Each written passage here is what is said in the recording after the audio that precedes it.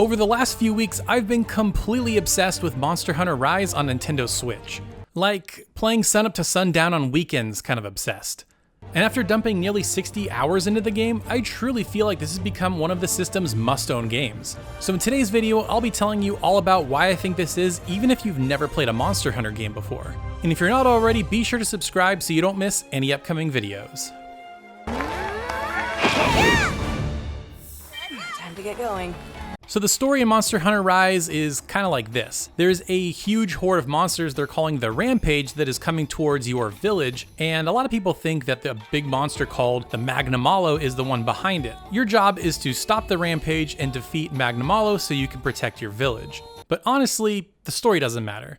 Nobody plays Monster Hunter for the story, so let's really get into what people do play it for, and that is the gameplay. So Monster Hunter Rise has the same core game loop the series is known for. You'll hunt monsters, get parts to make better gear so you can fight tougher monsters, so you can get parts from them to make better gear so you can fight even tougher monsters. You get the idea. Now this sounds simple, but it's extremely addicting. Now before I get into the nitty-gritty of why it's addicting, I kind of want to talk high level about some quality of life improvements that Rise has brought to the series. In past Monster Hunter games, you had to track the monsters, follow their footprints, use the scout flies, actually hunt the monsters. But in Rise, they take all that stuff out. As soon as you start the mission, the monster will be right on your minimap and you just gotta go right to it. It just gets to the fun stuff as soon as possible. Now in past games, you had to run on foot and this could take some time, but now in Rise, there's more traversal options than ever before. First of all, you have a Palamute. This is kind of your cool wolf dog buddy that you can ride, and they'll also fight alongside you, and you can whip around the map super quickly. You also have the Wirebug, and this serves as a grappling hook, and you can kind of swing yourself from ledge to ledge, and it's also got some uses in combat, but I'll talk about that a little later. Playing together online is also way easier than it's ever been before. For people that played Monster Hunter World, you'll remember how convoluted and how annoying it was to get together with friends, but in Rise, you just make a lobby, share the ID, and boom, you're playing. It's so easy. And if you want to play with randos, you just pick the mission you want to play, and boom, you're in the game playing together. So now let's get into the moment-to-moment gameplay and what makes Monster Hunter Rise so fun and so addicting. So Monster Hunter games are basically a series of boss fights. You'll get a quest to fight a monster and you'll have to go figure out their attack patterns and the best gear to bring in to fight them. For example, you don't want to use fire weapons against Rathalos, that's just not a good idea. You want to craft weapons with elemental weaknesses against the monsters you're fighting, and also craft armor that will protect you against the elements the monsters are throwing at you.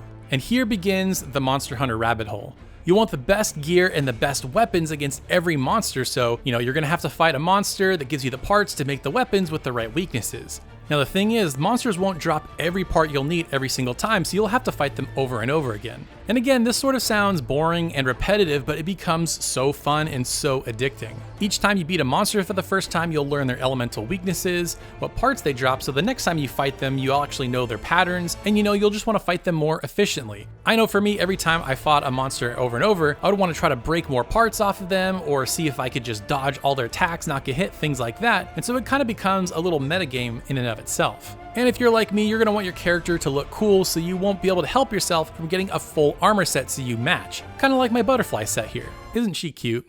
And here's the thing. There's 14 different weapons in Monster Hunter Rise to choose from, and you'll probably find one that works best for you.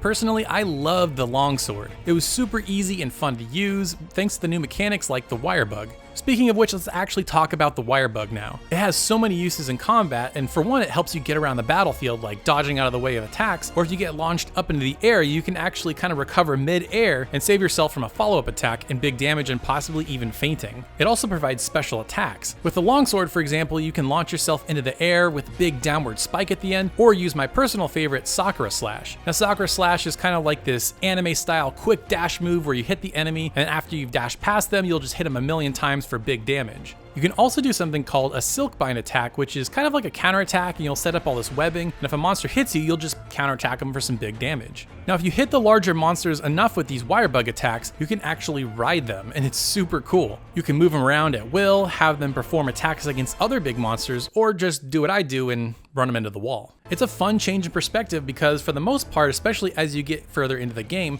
the monsters become bigger and bigger and you feel so tiny, so it's really cool to get on the back of one of these things and fight other monsters and just kind of run around the level doing whatever you want.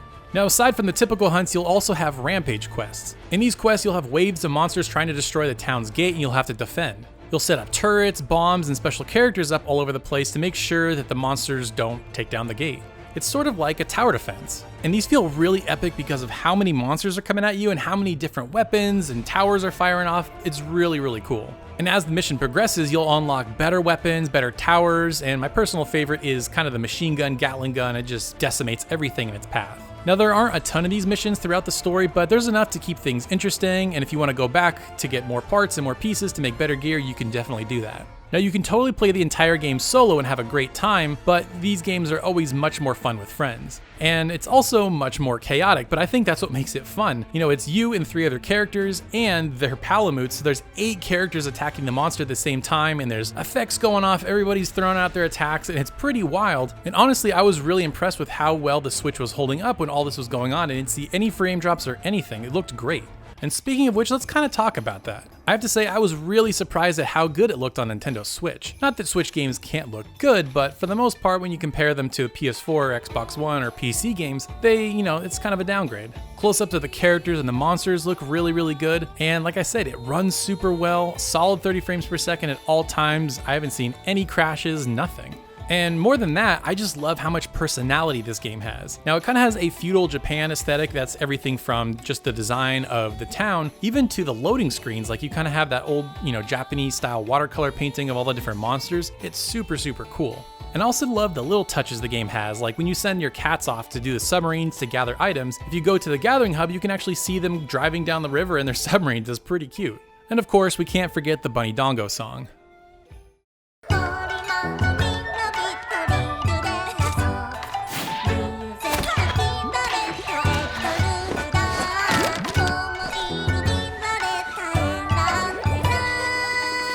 Monster Hunter Rise is just so good. It has a super fun and addicting game loop, it cuts out all the BS mechanics and just gets you to the fun as soon as possible, and it has tons of great additions like the Wirebug.